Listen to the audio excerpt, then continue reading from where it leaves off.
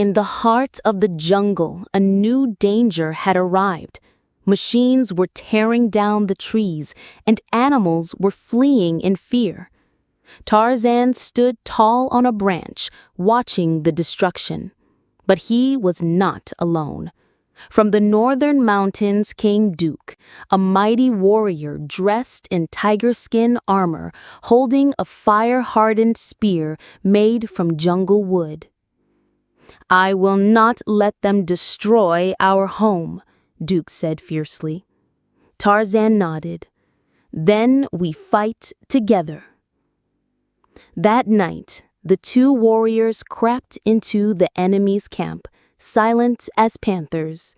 Duke used his spear to break the fuel lines, while Tarzan called upon the elephants to block the paths. By sunrise, the machines were useless. The workers ran in fear, and the jungle began to breathe again.